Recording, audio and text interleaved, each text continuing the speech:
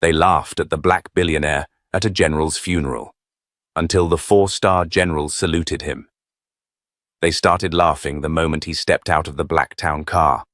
A sleek Bentley pulled up to the curb outside Arlington National Cemetery, but no one seemed to care. The man who exited wasn't dressed in a tailored suit with a visible brand name. No military medals adorned his chest. No entourage followed him. He wore a plain black suit, slim tie, and polished shoes. No flash, no fuss, just presence. The whispers began before he reached the cemetery gates.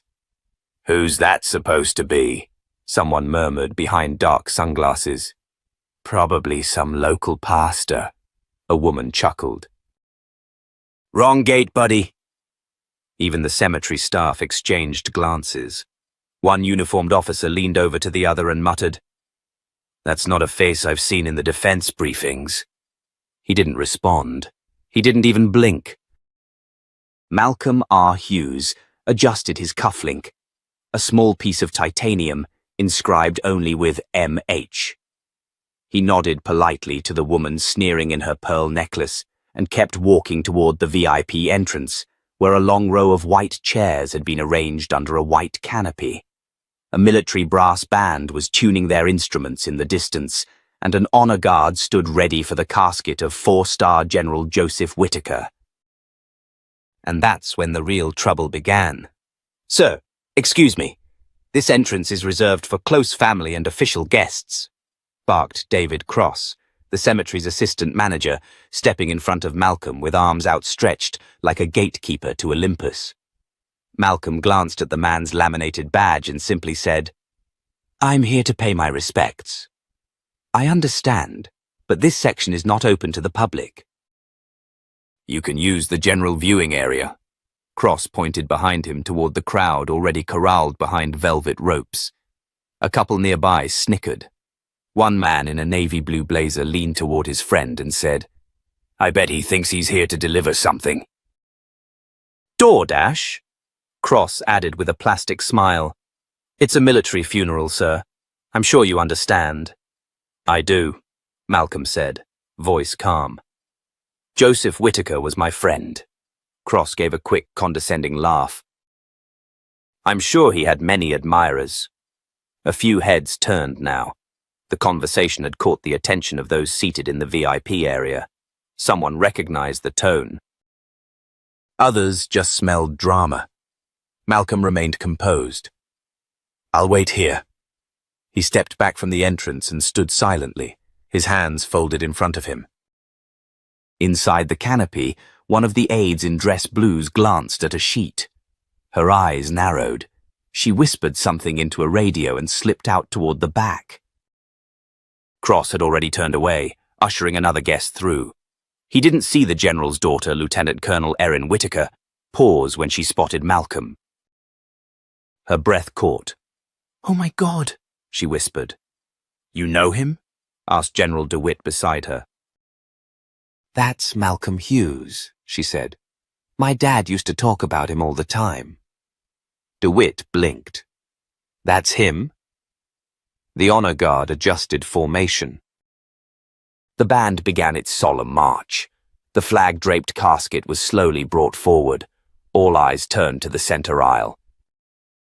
But a few stayed fixed on the tall man now standing near the tree line, separated from the crowd by nothing but pride and protocol. Malcolm watched silently. The last time he'd seen Joseph Whitaker, the man had been wounded and bleeding in a sandstorm in Basra.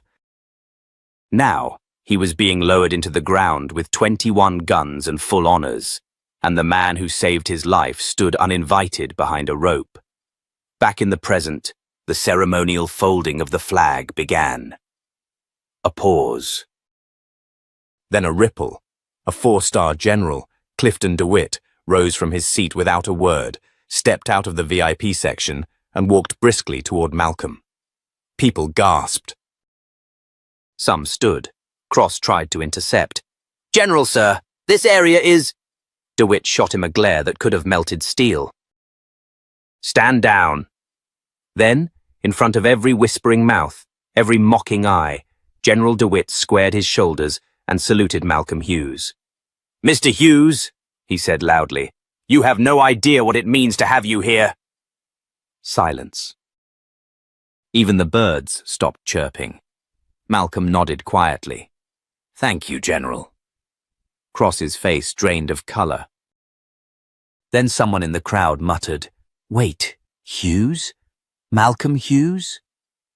A second man, clearly military, blinked. "The cybersecurity guy." "The billionaire?" Another whispered, "I thought he lived in Geneva or something." Phones began to come out. General DeWitt turned to the crowd and said, "This man saved General Whitaker's life during Operation Hammerstorm. Without him, we wouldn't even be having this funeral today. And I will personally escort him to the front row." He extended his arm. Malcolm looked around once, at all the faces that had dismissed him, mocked him, tried to reduce him to a stereotype, and then he placed his hand gently on DeWitt's forearm and stepped forward. Not a single soul dared whisper after that. They just moved aside, and Cross, he faded into the background, staring at the ground, his lips thin, his face pale. But the damage was done, because now the real story was about to begin. And Malcolm Hughes wasn't just a billionaire. He was a soldier, and he remembered everything. At precisely 7:45 a.m., Malcolm Hughes stood on the balcony of his Georgetown townhouse, overlooking the Potomac River. The city was quiet, the morning sun just starting to illuminate the marble monuments across the water. He sipped his black coffee slowly, his tailored shirt pressed to perfection, but without a single logo. His eyes, however, were distant, fixed not on the view, but on something much further away.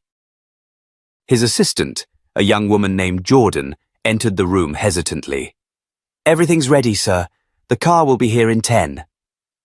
Malcolm didn't respond immediately. Instead, he set his cup down on the rail and let the breeze ruffle the edge of his sleeve. "Cancel the driver," he said quietly. Jordan froze. "Sir? I'll take the Bentley myself. No escort, no press. No security. Today isn't about that." "But Mr. Hughes, this is a full military state funeral." "People will be expecting—" "People can expect whatever they want," Malcolm interrupted gently. "I'm not going to honor Joe with cameras following me around like I'm trying to sell stock in the company." Jordan frowned but nodded. "Understood." Malcolm turned toward her, softening his voice. "I need to be seen as just a man today. No net worth, no boardroom. Just someone who's saying goodbye." She hesitated before stepping forward. "Are you sure they'll let you in? These things are tight." "And we both know the list matters." "They won't," Malcolm said, almost with a smirk. "And that's the point." Jordan tilted her head. "You want them to stop you?" "I want to see what kind of country I'm still living in," he said. "I want to know if a man's dignity only counts when someone else vouches for it." There was a long pause before she replied. "You could have just gone as the billionaire, you know. No one would have questioned a thing." Malcolm shook his head. "That's not who Joe respected." By 8:10, he was driving himself past the Lincoln Memorial, cutting through traffic with a quiet focus. As he stopped at a red light, a homeless veteran on the corner caught his eye. Malcolm rolled down the window and handed him a crisp $100 bill. The man blinked, stunned, and muttered, "Thank you, brother." Malcolm replied, "Thank you for serving," and drove on without waiting for acknowledgement. Inside the car, his phone buzzed. Texts, news alerts, stock updates, a Forbes notification about a possible merger deal. He shut it all off with one tap. Today wasn't about business. Today was about Joseph Whitaker. Years ago, back when Malcolm still wore the olive drab of a US Army technician, he'd been stationed with Whitaker during one of the most classified operations of the Gulf War. They had never intended to bond. Malcolm was young, brilliant, and black, a combination the army didn't always know what to do with. Whitaker, already a rising officer, was stern, by the book and white, the product of a long line of decorated soldiers. They clashed, at first, until one day in a dusty outpost just outside Basra, Malcolm's systems caught an encrypted message warning of an ambush. With no time to run it through channels, he went straight to Whitaker, who nearly dismissed him. "Sir," Malcolm had said, eyes burning with conviction, "I need you to trust me, right now." And for some reason, God, instinct or gut, Whitaker did. They rerouted the convoy. 10 minutes later, the original path exploded behind them in a plume of dust and shrapnel. From that day forward, Whitaker called Malcolm his sixth sense, but the army didn't promote him. In fact, months later, after submitting a report on internal data breaches involving his superiors, Malcolm was quietly discharged for breach of protocol. He didn't fight it. He knew better. He packed up, left the military, and disappeared. What no one expected was what he did next. Armed with nothing but a laptop and a brain built for war games and code, Malcolm founded Hughes Dynamics out of a one-bedroom apartment. Within 5 years, he was protecting top-tier national infrastructure. By the time he was 40, 3-letter agencies couldn't run a single cyber op without his input. But he never once gave an interview. No magazine cover. No Black Excellence feature. He declined every award that required public attendance. Until now, only a few powerful people knew the man behind the machine. Joseph Whitaker was one of them. And now, Whitaker was dead. Malcolm parked across the street from the cemetery, stepped out of the Bentley with slow, deliberate motion, and adjusted his tie. He didn't bring bodyguards, no photographers, no business partner trying to leverage the optics. Just him. As he crossed the street, a woman walking her dog looked at him twice. "You look familiar," she said. "Are you—" "No, Mom," he said with a smile. "Just here for a friend." By the time he approached the gates, the rest of the crowd was already arriving in waves. Senators, generals, CEOs. Malcolm blended in, unnoticed. Just another silhouette in black among marble and mourning. But what no one realized, at least not yet, was that the man they'd all laughed at just an hour ago, the one they blocked from entering the VIP section, the man they thought was a driver or a preacher or a mistake. He had built the encryption on the Pentagon's missile defense system. He had sat in a secure bunker with 2 presidents. He had warned generals of cyber attacks before they even made the news. And now, he stood at the edge of the crowd, his past buried, his future unreadable, simply waiting to honor the man who once trusted him when no one else would. The irony. Even in a cemetery full of power, Malcolm Hughes remained invisible. Exactly how he planned it.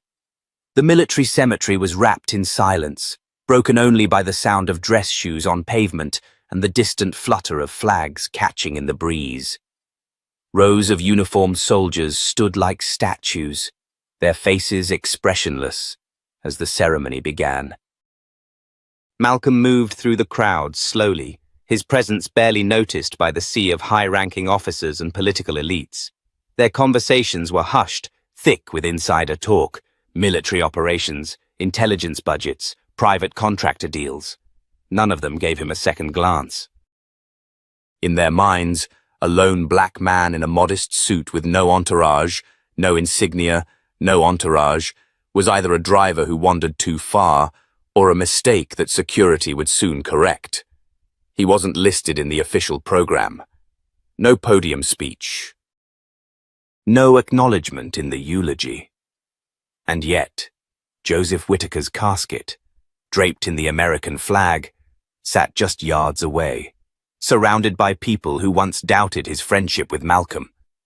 As the chaplain began the prayer, Malcolm quietly took a seat on the last row.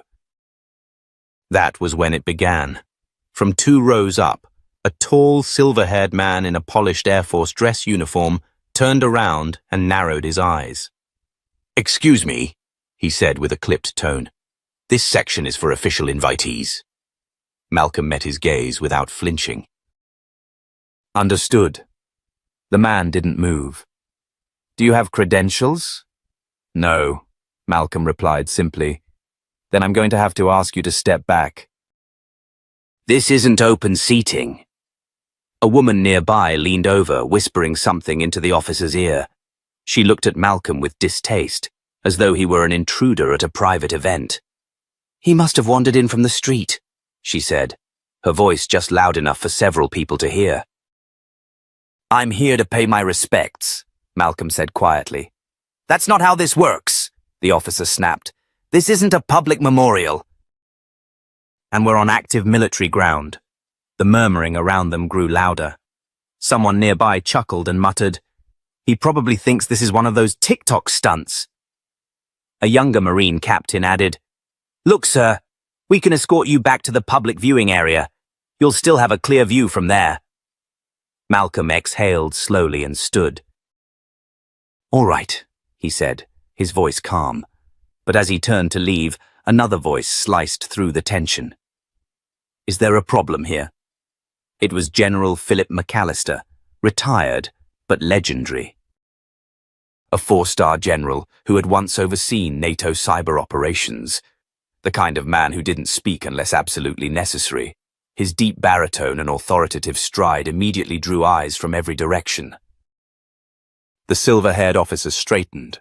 "No problem, sir. Just maintaining protocol." General McAllister's eyes fell on Malcolm and stayed there. He studied him carefully, and a flicker of recognition passed through his weathered face. "You don't recognize him?" McAllister said, his voice low, almost amused. The officer blinked. "Sir?" General McAllister stepped forward. "This man," he said slowly, addressing the entire row now watching, "once designed a counter-cyber protocol that saved a carrier fleet in the Indian Ocean. If any of you had done your damn homework, you'd know the Pentagon ran a simulation last year, based entirely on his software." He turned to Malcolm and nodded once. "It's been a long time, Mr. Hughes." The silence was deafening. Malcolm offered a small nod in return. "General?" Then came the twist. General McAllister, standing tall in full-dress blues, lifted his hand and delivered a crisp, formal salute to Malcolm Hughes. Several jaws dropped. In military tradition, a salute from a general to a civilian was virtually unheard of. But this wasn't out of pity. This was out of respect. The silver-haired officer who had tried to remove Malcolm lowered his eyes. The woman who mocked him shifted uncomfortably in her seat, and the younger Marine who had offered to escort him away looked like he'd seen a ghost. Malcolm didn't bask in the moment. He simply nodded, turned, and quietly resumed his seat at the edge of the row. General McAllister leaned down to the silver-haired man and said coldly, "Next time you open your mouth, make sure you know who you're speaking to." Then, without another word, he took his place near the casket. Whispers spread through the crowd like wildfire. Some people turned to Google. Others asked each other in hushed tones, "Who the hell is Malcolm Hughes?" The chaplain continued the service, unaware of the quiet reckoning that had just unfolded behind him. But one thing had changed. No one asked Malcolm to move again. And as the bugle began to play taps, Malcolm felt the sting of old grief, real and raw. This wasn't about pride or proving a point. It was about saying goodbye to the one man who never saw him as less. And in that sea of uniforms and polished shoes, for the first time in decades, Malcolm Hughes didn't feel invisible. He felt seen. The sun had dipped lower in the sky, casting golden light across the perfectly aligned headstones. After the funeral concluded, most attendees migrated to the reception tent nearby, where white tablecloths, chilled drinks, and high-ranking chatter floated through the air. Malcolm lingered by the casket, not close enough to draw attention again, but just near enough to whisper a final goodbye. He stood quietly, head bowed, hand in his coat pocket, fingers brushing against a small bronze token, one of the few things Joe Whitaker had left him. It wasn't much, just a coin from their first deployment together. But for Malcolm, it might as well have been the Medal of Honor. He finally turned toward the reception, where things had taken on a very different tone. People who had avoided eye contact earlier were now trying to look curious without seeming obvious. A few approached with awkward smiles. "Mr. Hughes, is it? I had no idea," one man said, nervously adjusting his tie. "Really inspiring what you did in defense tech." Malcolm gave him a neutral nod, not indulging the sudden shift in tone. Another woman, who had earlier scoffed as he took his seat, now gushed. "I read that article on Hughes Tech in Forbes. You really built something extraordinary." He smiled slightly but didn't respond. Then came the real twist. From across the tent, a heavy-set man in a deep navy suit stormed toward him. Maxwell Burke, the newly appointed Secretary of Defense Contractor Liaison, and someone who'd once rejected Malcolm's proposals without even a meeting. Burke's voice boomed before he even reached Malcolm. "There you are," he said. "I've been trying to get in touch. We need to talk about the satellite encryption you were developing before you went off-grid." Malcolm's brow lifted. "Off-grid?" Burke laughed dismissively. "Well, I mean, no public appearances. No contracts. You sort of disappeared after that last big merger. People assumed you cashed out." "I did," Malcolm said flatly. Burke lowered his voice. "Look, you and I both know the department needs fresh tech leadership. Hughes Tech is still a name with weight. And this funeral? You've got the eyes of the defense world back on you. We should talk." "Why now?" Malcolm asked, his tone quiet but firm. Burke glanced around. "Come on, Malcolm, let's not play games." "You've got leverage again." Malcolm looked him in the eye. "I never lost it. You just refused to see it." That silenced Burke for a beat. Then Malcolm leaned in, voice barely above a whisper.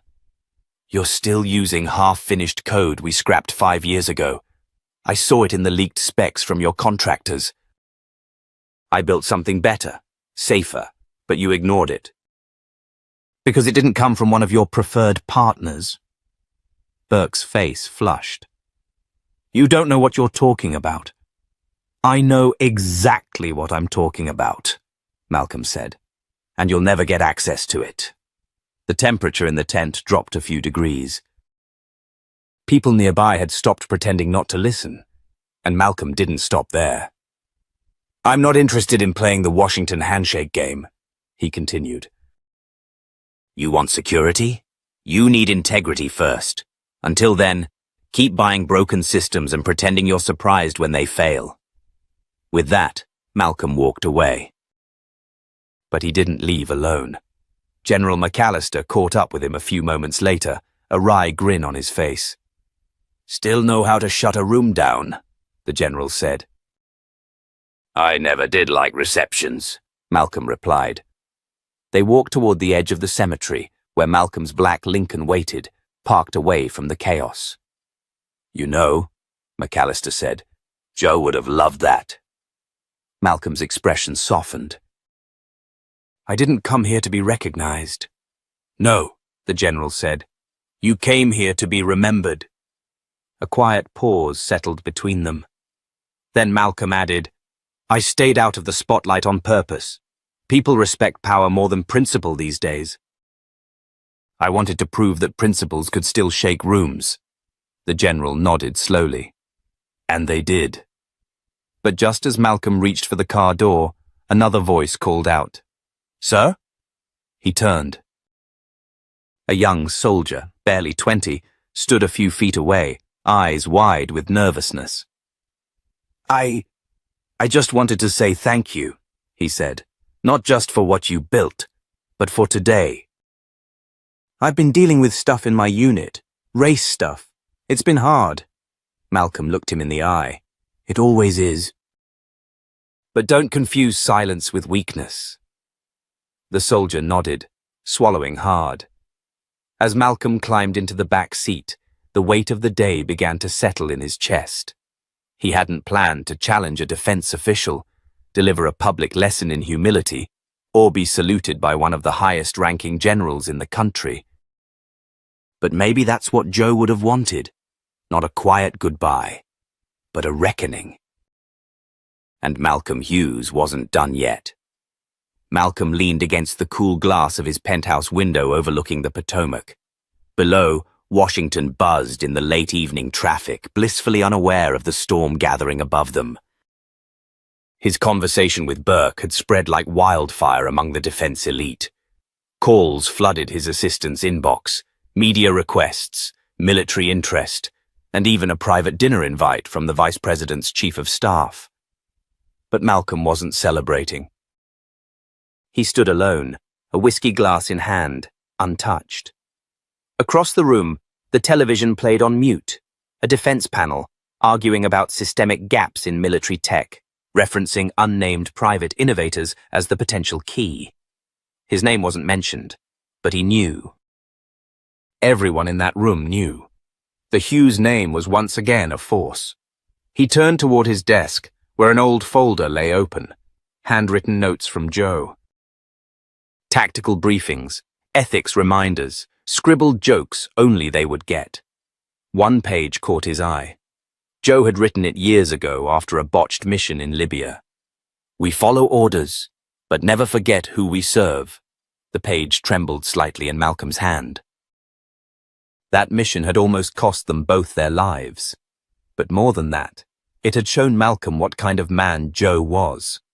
Loyal to people, not systems. The phone buzzed. "Caller ID, General McAllister," he answered. "Yeah? We have a situation," McAllister said immediately. "Burke's not taking yesterday lightly. He's twisting it into an attack on national security. He's implying you leaked military vulnerabilities by speaking about the software publicly." Malcolm exhaled sharply. "That bastard." "Congress is asking questions. And Malcolm, it's not just about your speech. There's chatter they're going to open an investigation into Hughes Tech's early contracts, looking for anything they can spin. They want to smear me before I step back in," Malcolm said. "They want to destroy you before you can lead," McAllister corrected. Malcolm clenched his jaw. "Let them come." But just as he hung up, another call buzzed through. This time, Chloe Marshall, a longtime Hughes Tech cybersecurity lead, and one of the few Malcolm trusted implicitly. "Chloe, what's wrong?" "You need to see this," she said, her voice low and urgent.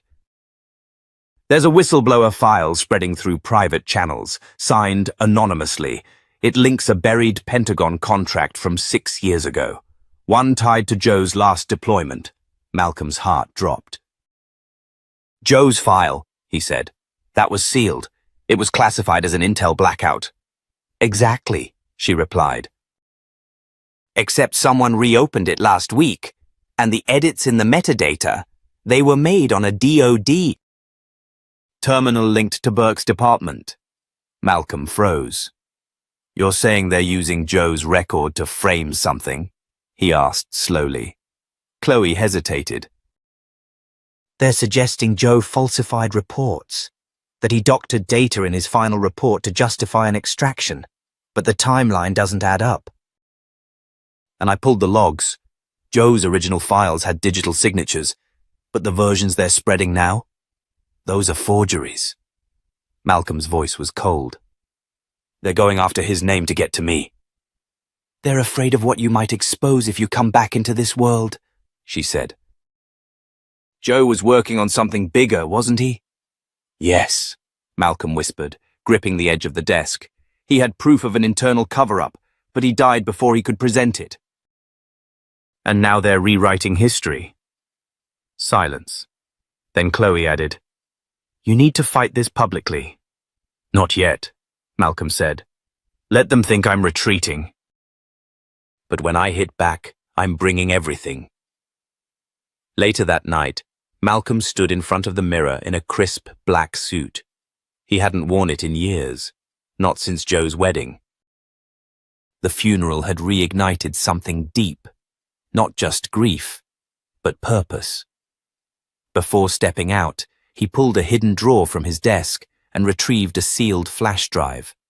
Inside it, the original files Joe had sent him before his death, encrypted, classified, and damning. He whispered, "I told you I'd protect your legacy." Then he left for his next move.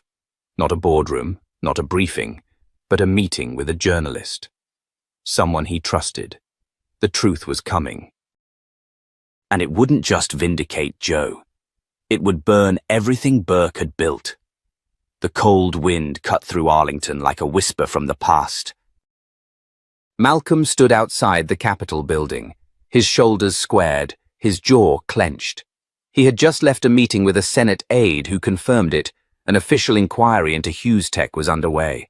The pretense was national security review, but everyone knew it was retaliation. As he crossed Constitution Avenue, flashes went off. A small group of reporters had been waiting. He ignored their questions until a voice pierced through the noise. "Mr. Hughes, is it true you leaked classified Pentagon intel tied to General Whitaker?" He stopped mid-step. His eyes locked on the journalist who had spoken, Stacey Monroe, a correspondent with the Ledger, and the person he had anonymously tipped days earlier. He turned slowly. "It's true I served with General Whitaker, and it's true he entrusted me with information he thought might one day protect lives. The leak? That didn't come from me. But now that it's out there, we should all be asking why the Department of Defense is trying to bury a man who spent 3 decades protecting this country." Gasps, pens scribbled, cameras zoomed in. Back at his office, Malcolm slammed the door behind him and pulled Chloe into the conference room. Agent Ramirez from the Justice Department was already waiting there. A trusted ally from Joe's past, Ramirez had served in military intelligence before moving to internal investigations. He wasn't here on record, but he knew the stakes. "I traced the forgery to a proxy node," Chloe began, tossing up a screen. "Whoever's behind this has access to Tier 3 Pentagon credentials." "That's not just Burke. It's someone above him." Ramirez nodded. "The DoD has a blackout unit designed to wipe trails and manufacture justification during covert ops. Joe flagged their activities in his final encrypted memo, which was deleted after his death," Malcolm said. "But I had a backup. Joe sent me the data 3 days before his convoy was hit." Ramirez leaned forward. "Then we have what we need. Bring this public. Force a congressional hearing." But Malcolm shook his head. "If we go public now, Burke will spin it. He'll bury it in red tape and leak something worse. We need to flip one of his insiders." Chloe raised an eyebrow. "You have someone in mind?" "Yeah," Malcolm said. "His senior policy aide, Jordan Keyes. I trained her when she interned with us before she went to the Hill. She knows how to navigate the politics and she hates corruption." The next day, under the cover of night, Malcolm met Jordan at a secluded jazz bar in Georgetown. The music softened their conversation, but the intensity of their words cut through the mellow notes. "They'll come after me," Jordan said, swirling her drink nervously. "I signed NDAs, Malcolm. You know how airtight this stuff is." "I'm not asking for the files," he said. "I'm asking for the thread that unravels them." "Point me to the weak link, and I'll do the rest." She hesitated, then reached into her purse and slid over a tiny memory card. "There's a name in there, a systems admin named Quentin Rooks.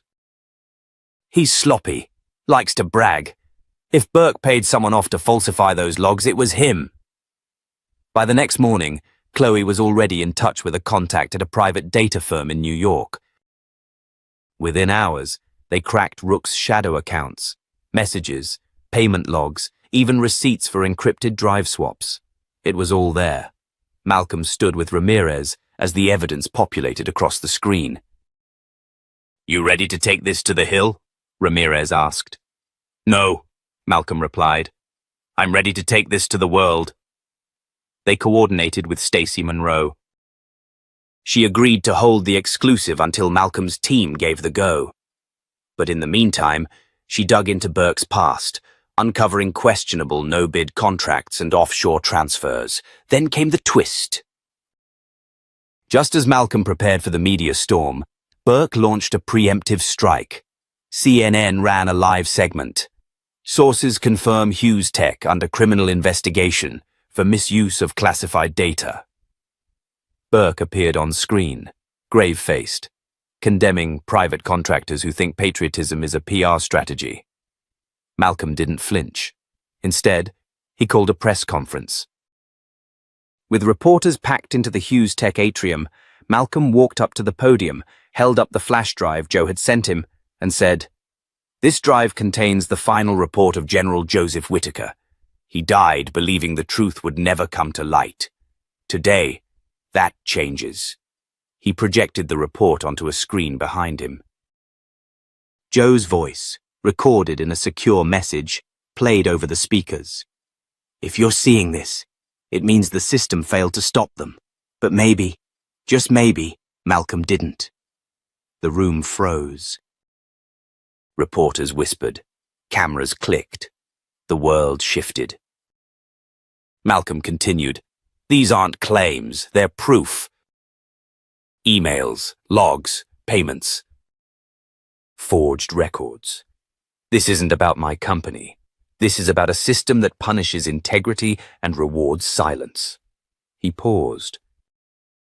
"And I won't be silent." That night, the story exploded across networks. Burke's name trended, followed by Joe Whitaker and Malcolm Hughes. Inside the Pentagon, emergency meetings were called. One senator tweeted, "We need a special counsel." Outside Hughes Tech HQ, crowds gathered. Veterans, activists, everyday people?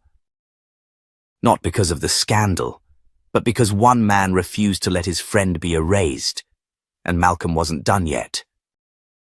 The storm didn't come quietly. It thundered across Washington. Within 48 hours of Malcolm's press conference, major media outlets were dissecting every line of Joe Whitaker's final report. Hashtags flooded social media. People weren't just angry, they were awakened. But behind the scenes, retaliation brewed fast. On the third morning, Malcolm's company's servers were breached. Chloe barely contained the panic in her voice as she burst into his office. "We're under attack. Someone's trying to wipe our entire internal network." I traced the IP to an encrypted cluster that's usually used for Black Ops activity. This isn't just a random hit. It's government level. Malcolm didn't blink. "Pull everything offline." "Go dark. Backups? Triple encrypted. I already initiated a remote mirror to a satellite server in Iceland." As they raced to lock things down, a knock echoed from the office door. It was Ramirez, this time not alone. Flanking him were two men in dark suits with DHS badges and an urgent tone. "They've issued a sealed indictment," Ramirez muttered. "They want to arrest you on federal charges, unauthorized possession of classified material, interference in an active investigation, and endangering national security." "Are you kidding me?" Chloe barked. "He's the one who exposed corruption." "They're not trying to convict him," Ramirez said grimly. "They're trying to shut him up." Malcolm leaned on the desk, breathing slowly. Then he straightened. "Let them come. But we make sure the story stays alive, no matter what happens to me." Within hours, Malcolm was taken into federal custody. The arrest was swift and quiet.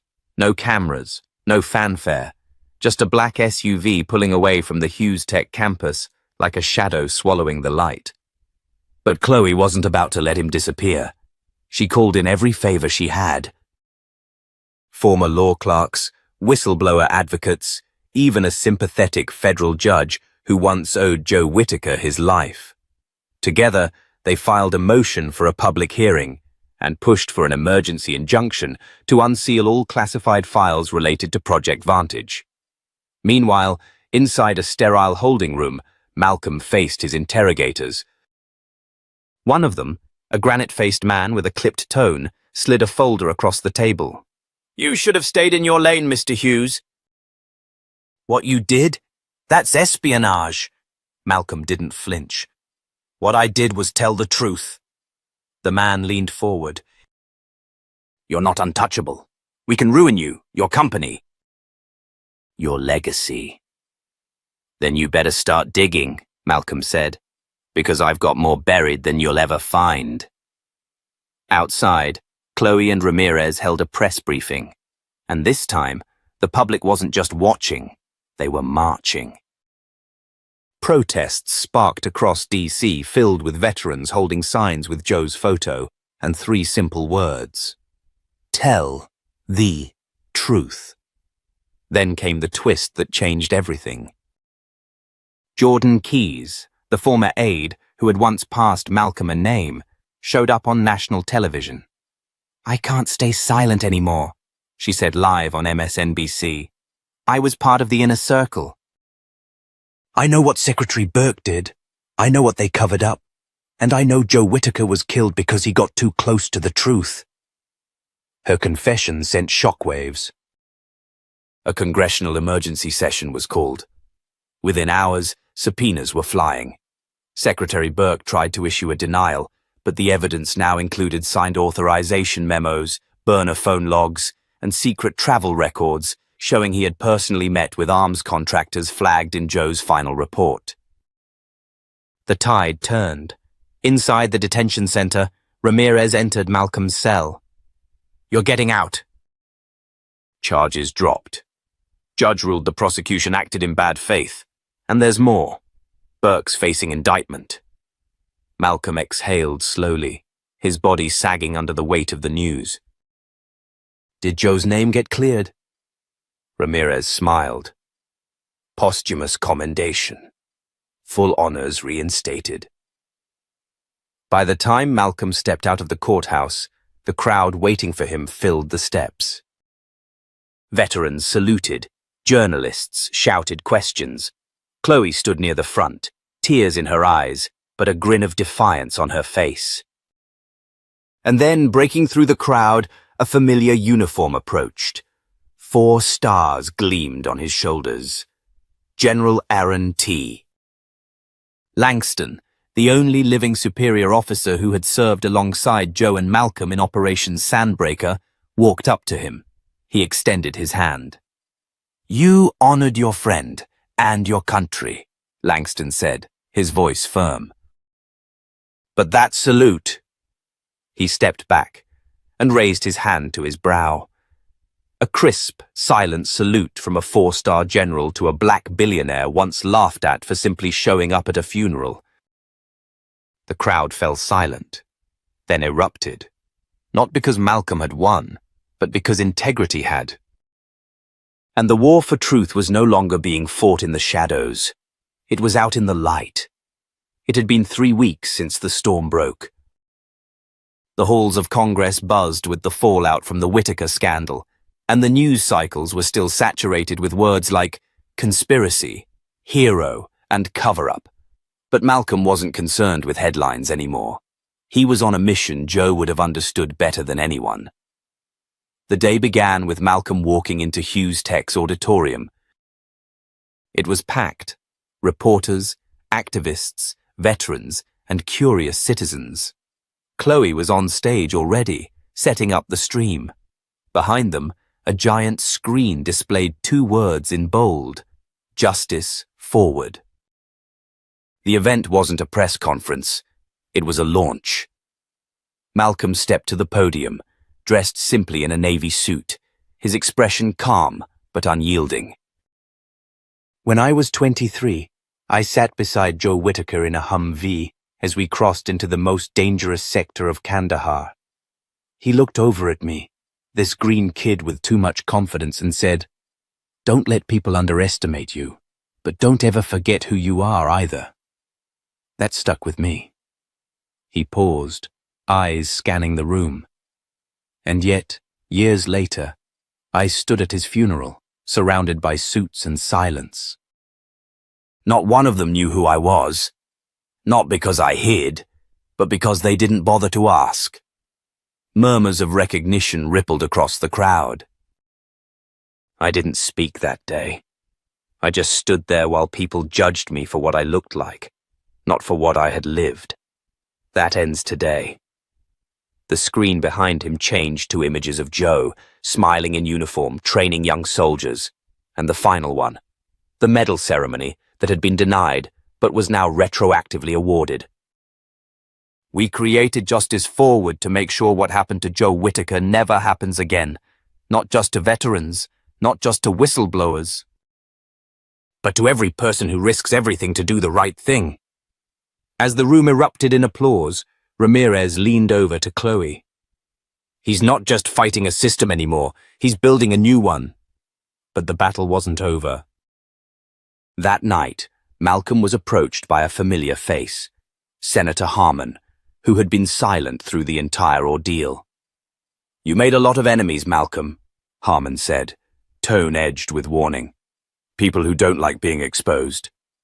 Malcolm didn't flinch. Good. That means they noticed. Harmon smirked.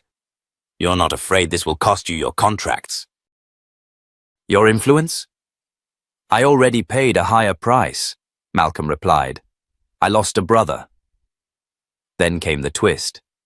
Later that week, during a live Senate ethics hearing, a whistleblower from inside the Department of Defense testified that Secretary Burke had not only orchestrated the smear campaign against Joe, but had also authorized black bag operations to intimidate potential leakers, one of whom had been found dead 2 years earlier in what was ruled a suicide. It wasn't. The courtroom fell silent as the revelation hit. Burke, now under criminal indictment, sat stone-faced while the entire chamber stared. Malcolm watched from a viewing room. No satisfaction, no smugness, just resolve. After the hearing, he returned to Arlington. This time it wasn't a funeral. It was a dedication. A new monument stood at the edge of Section 60, smaller than most, but powerful in presence. A bronze figure of a soldier holding his helmet against his chest. The inscription read, Truth never dies in silence. In honor of General Joseph Whitaker. Standing among a modest crowd, Malcolm laid a single white rose at the base and stepped back. Chloe reached for his hand. He'd be proud, she whispered. He'd say it's just the beginning, Malcolm answered. And it was. The screen fades to black. Then words appear, inspired by true events. Speak up. Stand firm. Be the change. If this story moved you, share it. Support our channel for more stories that expose truth and honor courage. Because some stories don't end at the funeral. They begin there,